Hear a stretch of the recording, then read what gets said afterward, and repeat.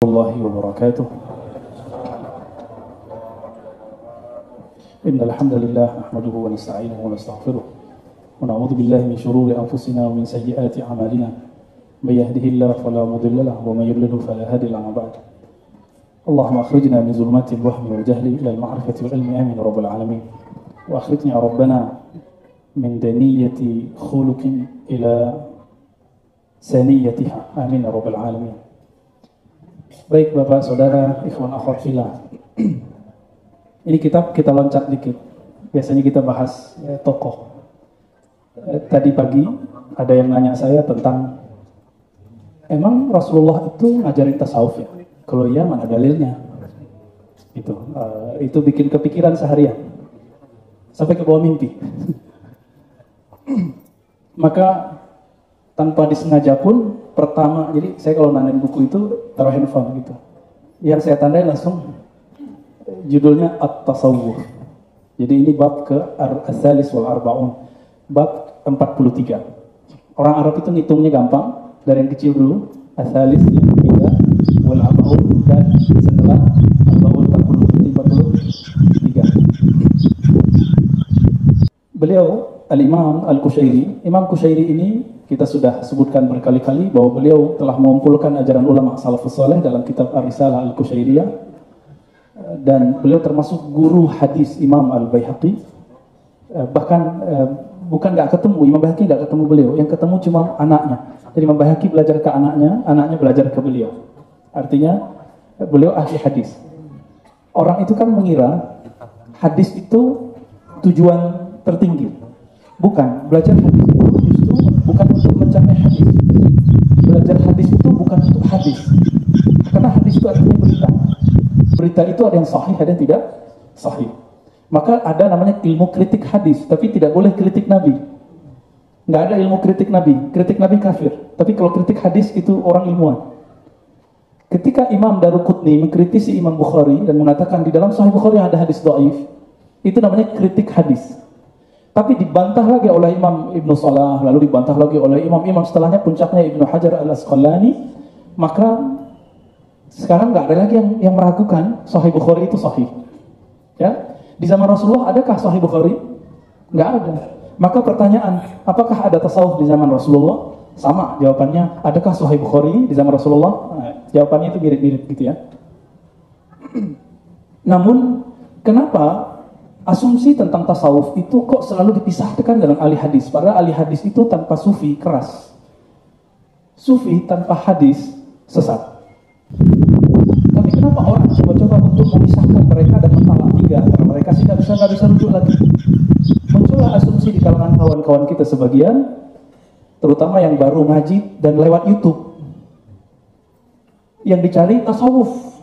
Muncullah ustadz yang mengatakan tasawuf itu zindik, tasawuf itu fasik, tasawuf itu cuma teriak-teriak nama Allah, tasawuf itu gila, tasawuf itu cuma itu.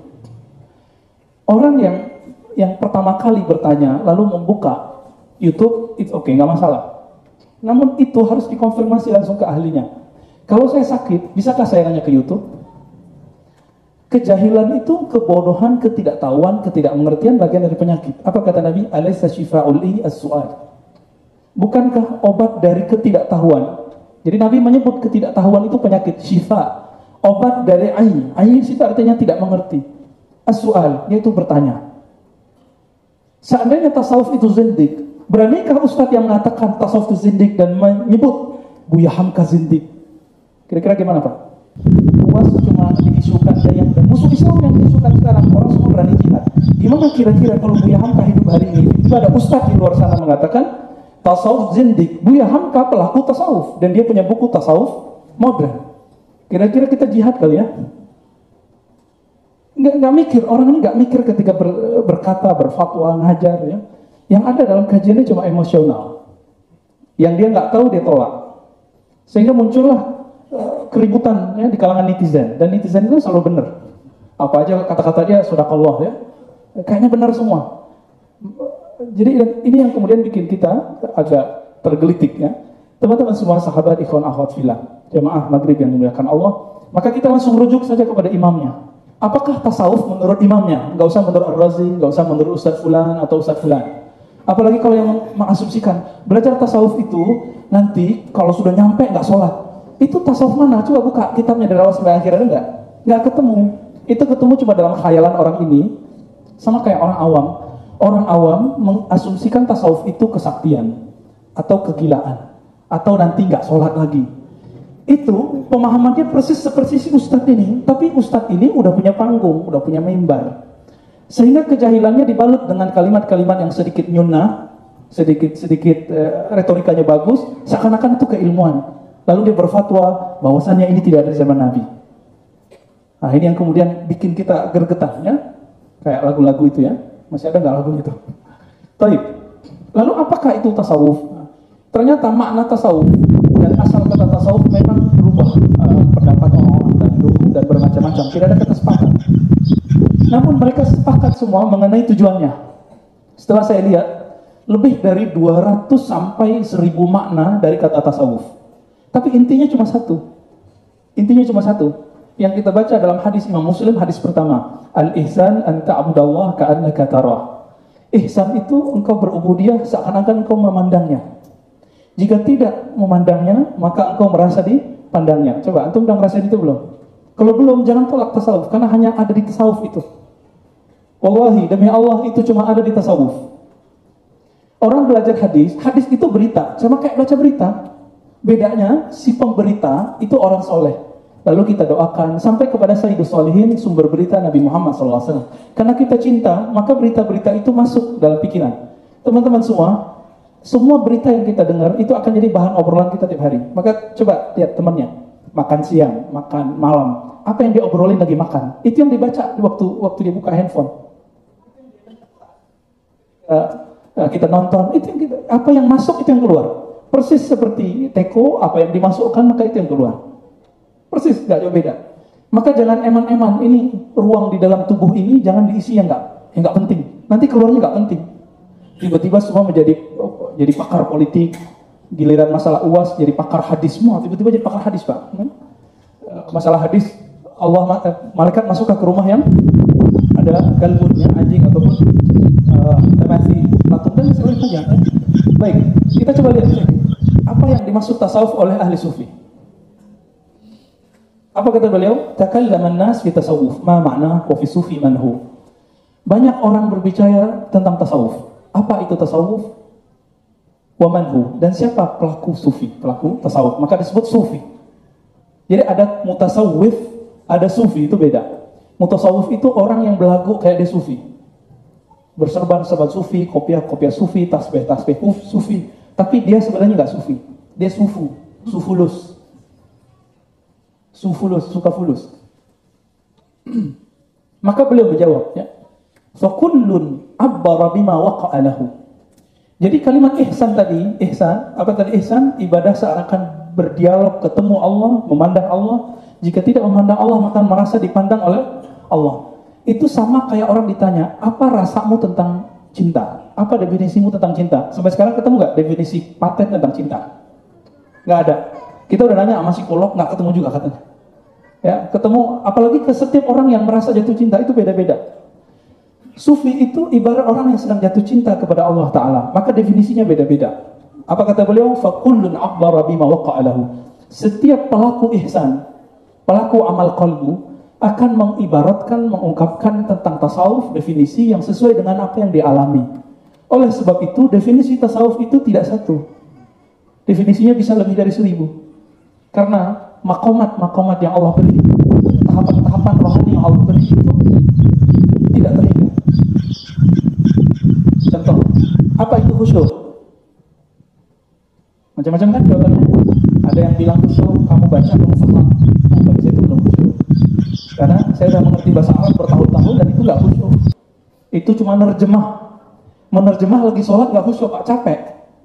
Lelah sekali kepala kita menerjemah.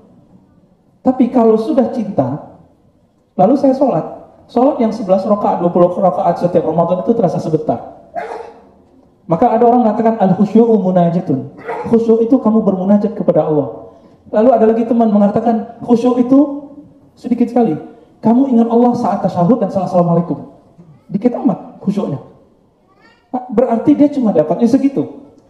Ada yang menerjemahkan khusyuk kalau sholat pakai baju koko. Ya, dulu saya masih ingat teman saya mengatakan kamu sholat khusyuk itu jangan pakai levis, jangan pakai kaos, pakainya pakai baju koko. Coba yang sudah sholat pakai baju koko khusyuk nggak? Nggak ngaruh. Pakaian ini nggak ngaruh. Satu kali Abu Hanifah radhiyallahu taala anhu rahimahullahu alaihi wafat tahun 150 Hijriah. Beliau lagi ngajian begini, dulu kan nggak ada kursi. Kakinya kram. Apa kata beliau? Wahai murid-muridku, izinkan aku meluruskan kakiku. Semuanya ya pantas gurunya diizinkan. Tiba-tiba ada orang berserban bagus, gamisnya keren, jubahnya luar biasa. Masuk. Abu Hanifah kira ini kayaknya orang alim nih, tapi kok nggak ada di sini. Akhirnya Abu Hanifah yang tadi kesakitan kakinya, beliau melipat kakinya dan bersila seperti biasa. Menghormati, jangan-jangan ini orang alim. Karena pakaian yang dia pakai, pakaian ahli hadis. Selesai kajian, tanya jawab. Mulailah orang itu bertanya. Ternyata pakaian nggak jaminan orang itu cerdas. Apa pertanyaan dia? Pertanyaannya awalnya masih serius. Ya Abu Hanifah, mata yuftiru sha'im? Hei Abu Hanifah, kapan seseorang itu boleh berbuka? Karena Abu Hanifah masih menakar-nakar, mengira-ngira ini orang muji atau apa. Maka beliau jawab dengan detail. Idza gharabatis syams fa'alaihi bil iftar. Siapa yang mengalami matahari terbenam, maka boleh berbuka. Nah, itu pertanyaannya masih oke. Tapi pertanyaan kedua, Abu Hanifah mulai senyum. Apa pertanyaannya? Ya Abu Hanifah, kaifa idza lam taghrub asy-syams? Kayaknya fasih nggak tuh bahasa Arabnya? Paham nggak?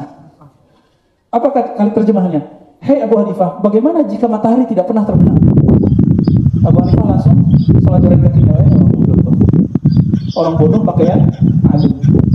Langsung beliau nggak ngomong, nggak bilang ente bodoh. Jadi ketika kita tahu ada orang bodoh, kita nggak perlu bilang ente bodoh.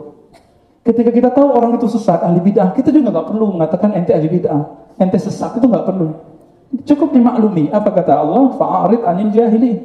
Maka berpalinglah dari orang-orang yang jahil, yang tidak mengerti. Jangan dibahasakan. Nanti orang mengerti sendiri. Oleh karena itu diriwayatkan dari Ali bin Abi Thalib radhiyallahu taala anhu, apa kata beliau? Manusia itu kayak punya mutiara. Punya simpanan di dalam dirinya. Miftahuha al-kalam. Kapan diketahui nilai dari apa yang dia simpan? Jika dia berbicara. Jadi teman-teman semua, saya sudah ukur orang-orang yang di YouTube, yang di kajian-kajian offline, ketika dia berbicara suatu ilmu, sesukanya, kita sudah langsung ukur, oh berarti dia bacaannya belum oke. Ngaku Ustadz Sunnah, tapi bilang tidak ada sufi di zaman salaf. Berarti Sahih Bukhari belum khatam. Karena Imam Bukhari belajar ke seorang sufi juga.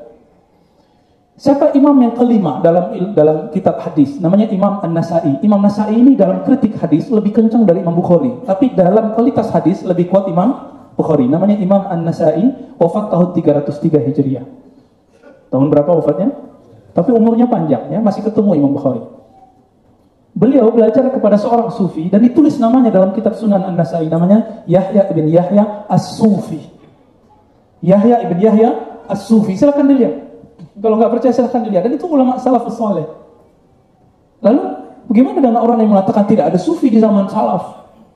Atau yang nukil perkataan Imam Syafi'i, jika kamu ingin bertanya kepada orang bodoh, maka bertanyalah ke sufi. Itu bukan sufi tapi mutasawwif. Bedakan sufi dengan mutasawwif.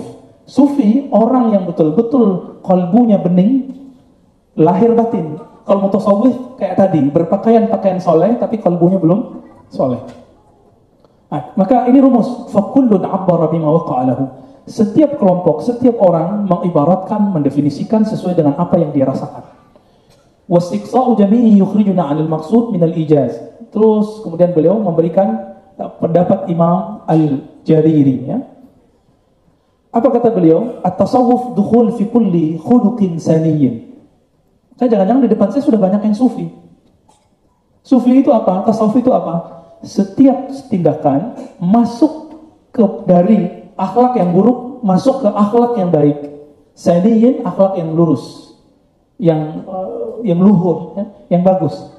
Nyapa orang bagus nggak? Bagus. Suka kasih senyum ke orang bagus. Suka bantu orang bagus. Itu sudah sufi. Itu sudah sufi. Kita ngobrol sama orang, kita perhatikan dia. Itu sudah disebut akhlak sufi. Sederhana tuh? Sederhana. Maka sufi itu ciri-cirinya cuma satu, al-akhlaq al-karimah, akhlak yang terpuji. Cuma itu aja. Jadi belum tentu pengamal tarekat itu sufi. Karena banyak pengamal tarekat sekarang itu kayak institusi dan merasa tarekatnya paling benar. Itu belum tentu dia sufi. Siapa tahu tadi sufu. Ya. Namun biasanya kalau sudah bertarekah, akhlaknya tambah bagus seharusnya, ya, idealnya, gitu ya.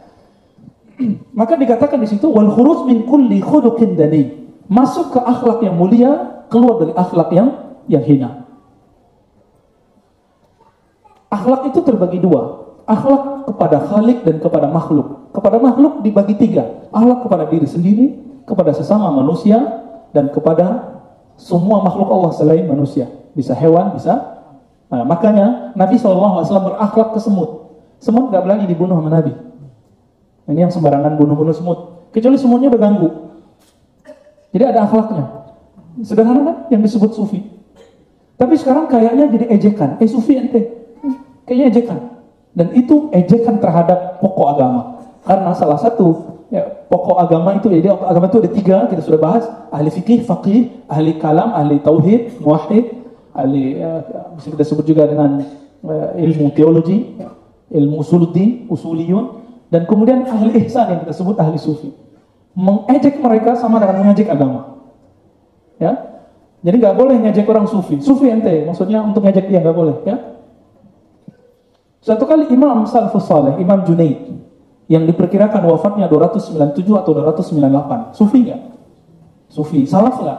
Salaf 200. Ya, Imam Salaf nih ngomong nih. Dan Imam Junaid disepakati kewaliannya baik oleh anti tasawuf ataupun pro tasawuf.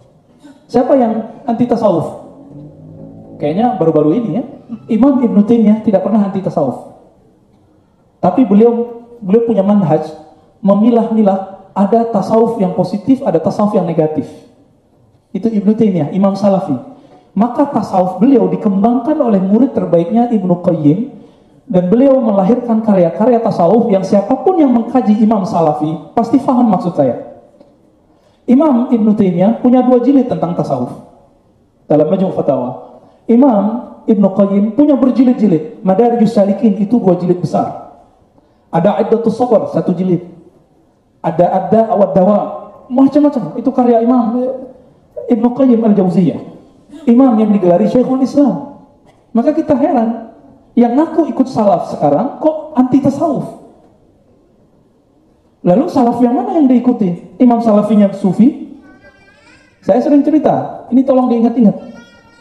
Imam Ibnu Taimiyah selesai subuh baca Fatihah 40 kali. Adakah Nabi disebutkan di riwayat Sahih Bukhari, Muslim dan lainnya mewiridkan Fatihah 40 kali subuh-subuh? Kan? Nggak ada.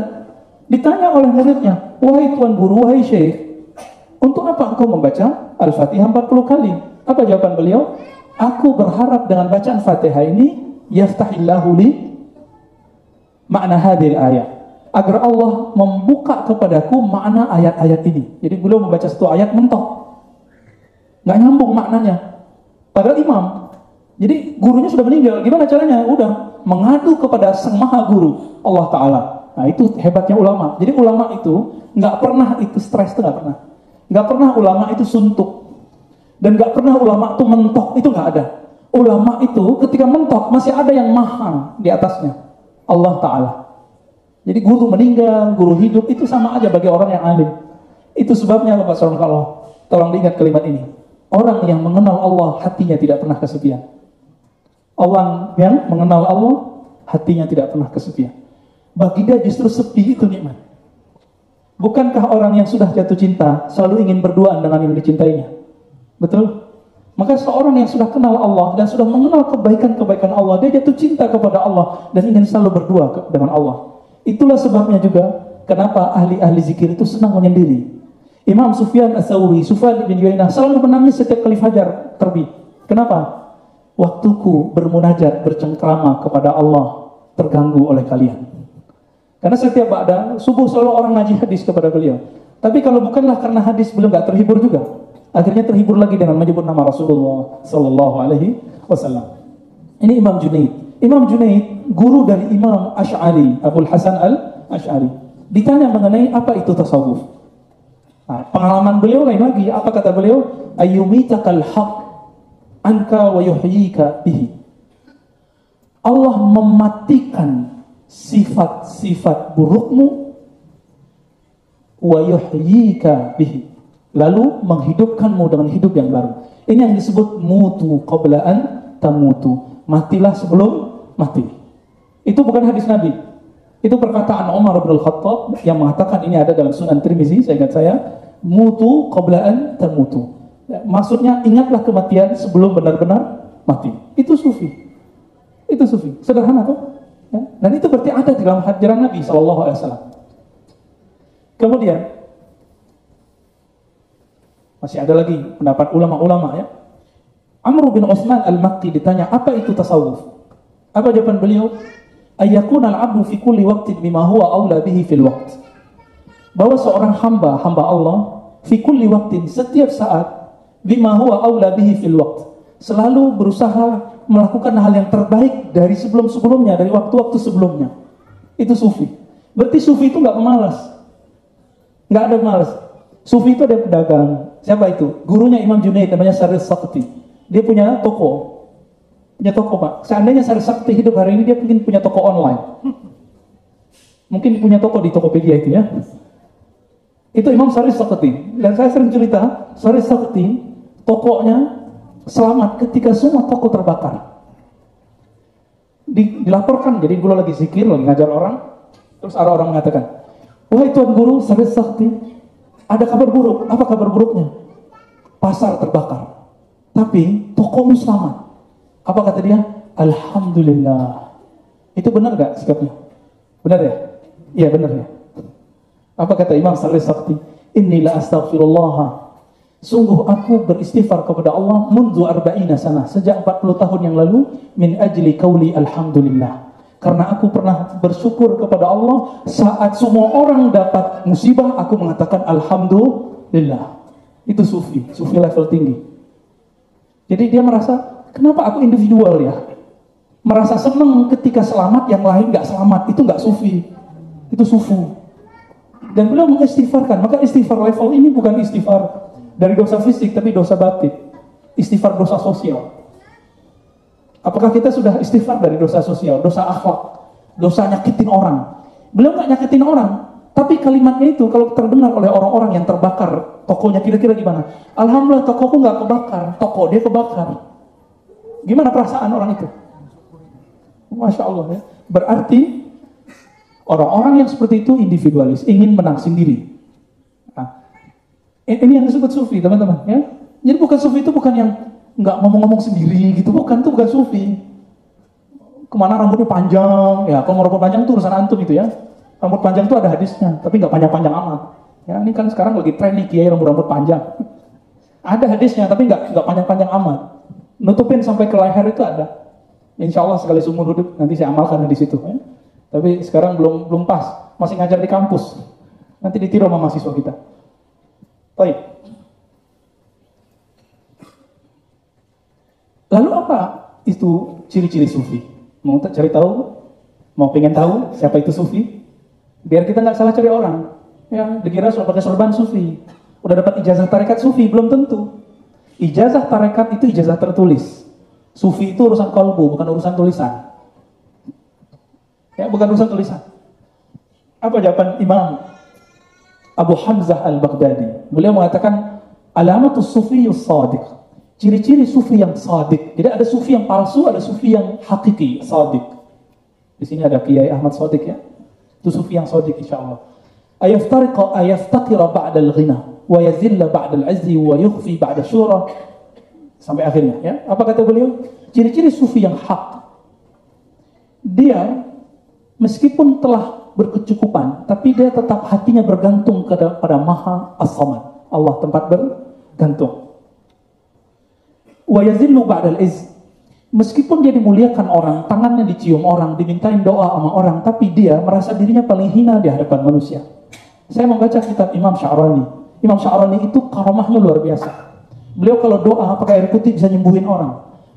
Beliau kalau ngundang ribuan orang, itu cukup dengan satu kambing, itu semua kakak makan, karamahnya.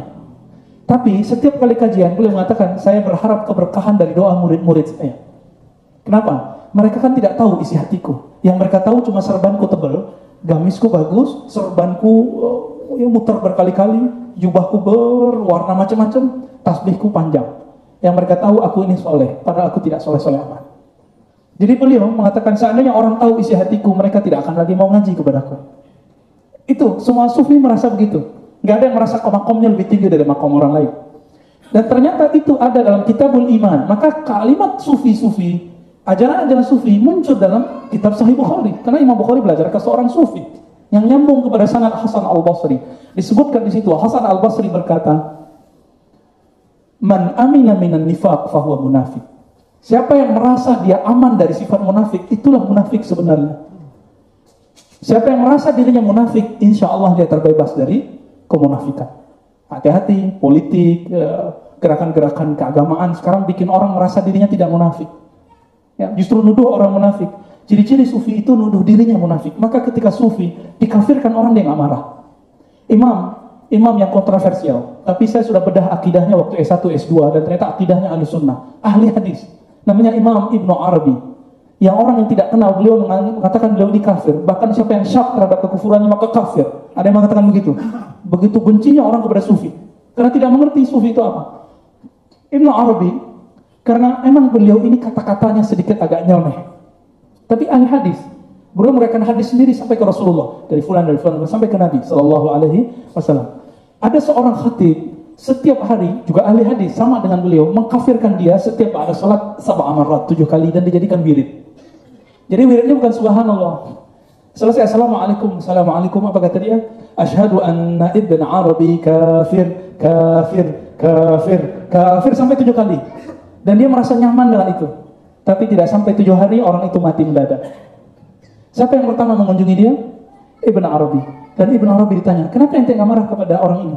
Jawaban dia apa? Mungkin yang dia bayangkan tentang Ibn Arabi itu bukan saya. Ya. Saya tidak kafir, tapi kalau saya dituduh kafir, mungkin ada kekufuran di kolbu ini.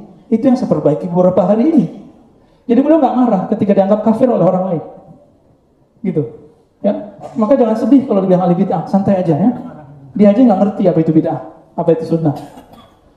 Lalu, apa yang dilakukan? Beliau mengamalkan satu ajaran ulama-ulama terdahulu, bahwa untuk membebaskan orang-orang fasik dari siksa api neraka dan siksa azab kubur, maka bacakan la ilaha illallah 70.000. Man qala la ilaha illallah dakhala jannah. Siapa yang baca la ilaha illallah maka masuk surga. Dan ulama ahlu sunnah, baik salafi ataupun tidak salafi, baik asy'ari ataupun maturidi, sepakat bahwa bacaan-bacaan zikir-zikir sampai kepada orang mati. Yang bilang nggak nyampe itu hadisnya aja yang belum nyampe dia. Ya, pemahamannya belum nyampe karena hadis yang dipakai nggak pas. Hadisnya nggak ngomong gitu, dia pemahaminya begitu. Imam Ibnu Taimiyah mengatakan bacaan Fatihah untuk orang mati sampai.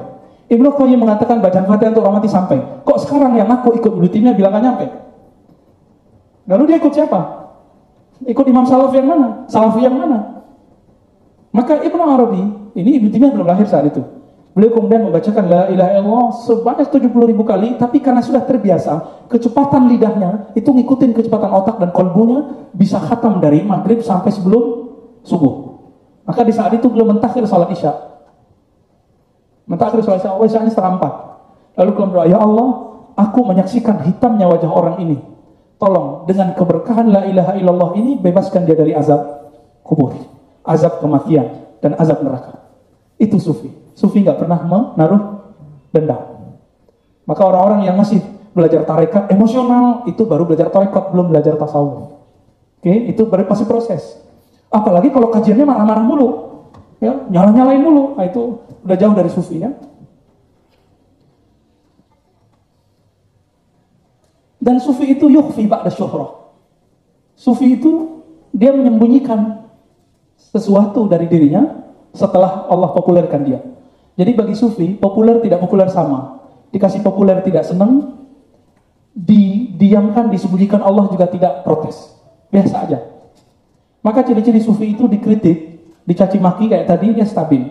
Emosional ada, tapi tidak sampai mengutuk. Ya, tidak sampai kemudian frontal, ya, mengatakan kafir, bid'ah, nggak sampai. Ya. Dan saya belum sampai ke makom itu.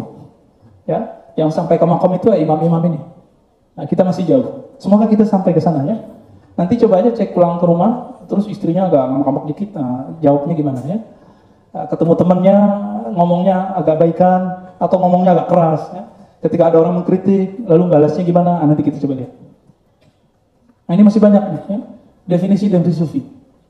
Pendek cerita, ya, tasawuf itu kata Maulana Imam Az-Zarruq punya kitab judulnya Qawaidut Tasawuf. Jadi yang ingin mempelajari apakah itu tasawuf, cari kitab judulnya Qawaidut Tasawuf. Di situ antum akan lihat bahwa tasawuf tidak pernah lepas dari syariat. Tasawuf selalu berkaitan dengan ahli hadis, ahli fikih. Bahkan disebutkan, jika ahli fikih debat sama sufi, maka yang didahulukan selalu fikih. Sufi belakangan. Karena sufi ngomong kalbu itu urusan Allah. Sedangkan ahli fikih ngomong tentang hukum yang sudah jelas. Gitu, ya. Apa kata Imam Az-Zarruq? Definisi tasawuf itu banyak sekali, bahkan sampai 2000 makna. 2000 makna itu menunjukkan bahwa ulama salaf dulu jika dikumpulkan pengalamannya 2000-an tentang tasawuf. Tapi intinya cuma satu. Yang kita baca dalam awal iftitah. Wajjahtu wajhiya lilladzi fataras samawati wal ard, dan ujungnya inna salati wa nusuki wa mahyaya wa mamati lillahi rabbil alamin. Kalau itu tasawuf, adakah yang perlu menentangnya? Wajjahtu wajhiya, ya Rabb. Jadi ketika kita takbir, kenapa antum nggak khusyuk? Karena ketika baca iftitah tidak memaknai dan tidak merasakan, nggak cukup menerjemah.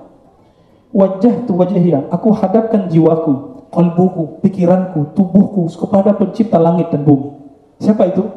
Allah. Hadap itu di depan atau jauh?